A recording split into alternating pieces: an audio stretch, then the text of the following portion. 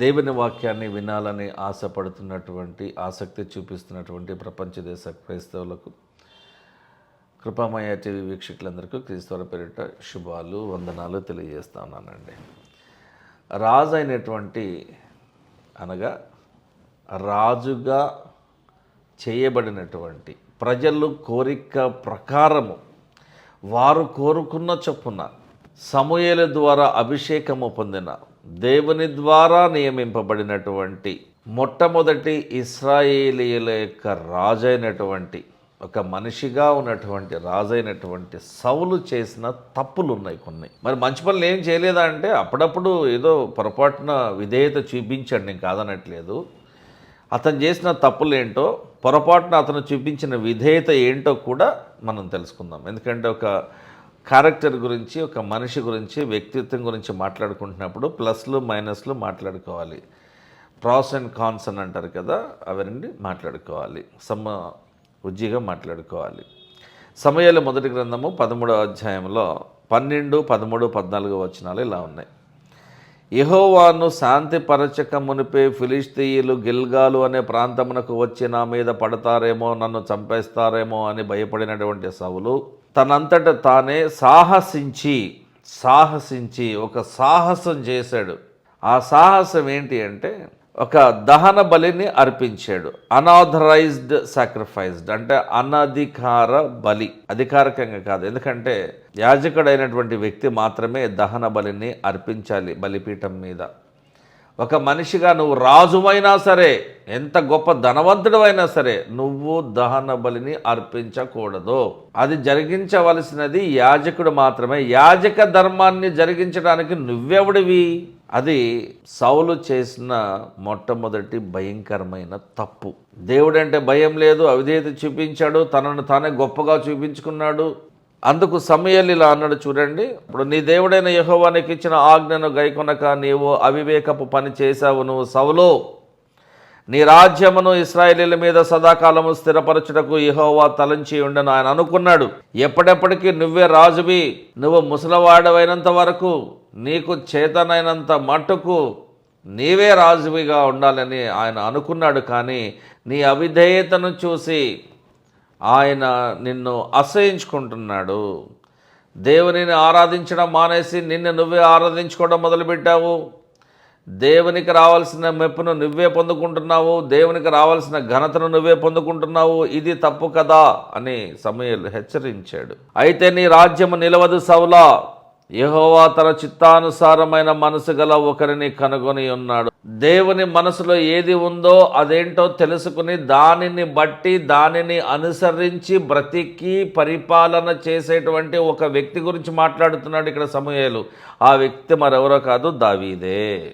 సౌలు అమాలేకీయులను చంపాలని చెప్పని దేవుడు కోరుకున్నాడు. అబ్బాయి, ఈ కనాను దేశంలో ఉన్నటువంటి కనానీయులు బలవంతులు, చాలా వరకు వాళ్ళు అంతమొందించబడ్డారు. అయితే ఇప్పుడు అమాలేకీయులు ఉన్నారు. ఈ అమాలేకీయులను అందరినీ కూడా, పురుషులను కానీ, స్త్రీలను కానీ, చిన్నపిల్లలను కానీ, యవనులను కానీ, వారి పశువులను కానీ, మొత్తం అందరినీ కూడా నువ్వు చంపేసి వాళ్ళ యొక్క బంగారమును మాత్రమే నువ్వు దోపుడు సొమ్ముగా కొల్లగొట్టుకుని తీసుకుని వెళ్ళు అని అంటే, మనవాడు ఎంతసేపటికి అమాలేకీయులను వదిలిపెట్టి ఈ ఫిలిష్తీయుల మీద పడతాడు. ఎప్పుడు చూసినా ఫిలిష్తీయుల మీద యుద్ధమే. సౌలు దేవుడు చెప్పిన ప్రకారము అమాలేకీయుల సంతానమును అంతమొందించకపోవడము అతను చేసిన మొదటి తప్పు. ఇక రెండవది, దేవునికి లోబడకపోవడం అతను చేసినటువంటి తప్పు.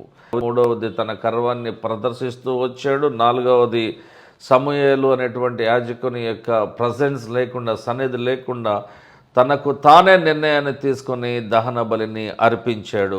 ఐదవది, ఒక రాజు యాజకుని బాధ్యతలు చేయకూడదు, కానీ అతను ఆ ధిక్కారానికి పాల్పడినాడు. ఆరవది, దేవుని యొక్క హృదయానుసారుడైనటువంటి దావీదు, అమాయకుడైనటువంటి దావీదు, ఆ దావీదును చంపాలనుకున్న సౌలు. ఇది అతను చేసిన మరొక భయంకరమైనటువంటి తప్పు. ఇక పోతే దేవునిని ఆరాధించడం మానేసి తనను తాను హెచ్చించుకుని, తనను తాను గొప్పగా చేసుకుని అనధికారికంగా వాడుకున్నాడు.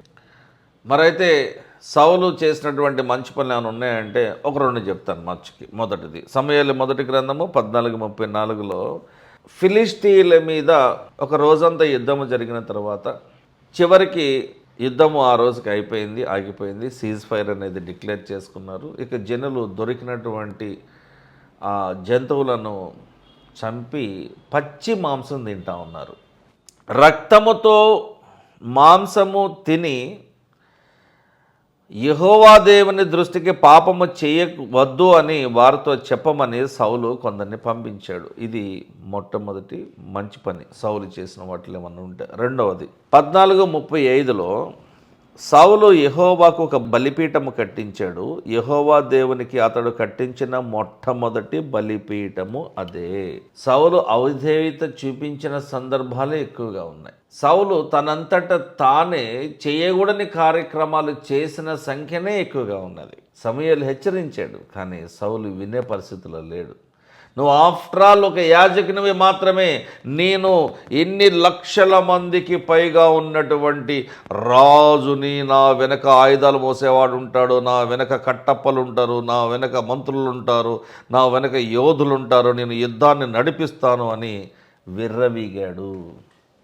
ఆ తలకి పైన కొమ్ములు వెనక తోకలు రావడం అనేది దేవునికి నచ్చినటువంటి పని అని మనం గమనించాలి. మనల్ని మనం తగ్గించుకునట మనకు ధన్యత, మనల్ని మనం హెచ్చించుకునట మనకు శాపము. చిన్న ప్రార్థన కొరకే తలలో ఉంచుదామండి. పరలోకమందున్న మా తండ్రి, మా ప్రార్థన ఆలకించండి ప్రభువా. మేము మీ ఎదుట తగ్గించుకునే వారమై, మేము మీకు లోబడి ఉండేవారమై, నీ ఎదుట నీ సన్నిధిలో భయముతోనూ వణుకుతోనూ నిన్ను ఆరాధించే వారమై ఉండలేగిన మాకు సహాయం చేయండి ప్రభువా. మాకు మార్గదర్శివు నీవే, మాకు వైద్యుడవు నీవే, మాకు గురువు నీవే ప్రభువా. మాకు సమస్త విషయములలో నీవే మాకు సమస్తమై ఉన్నావు ప్రభువా. ప్రతి విషయంలో మా అందరికీ కూడా తోడుగా ఉండి మమ్మల్ని ముందుకు నడిపించమని యేసుక్రీస్తు వారి పరిశుద్ధ నామంలో ప్రార్థిస్తున్నాం తండ్రి. ఆమేన్. Thank you.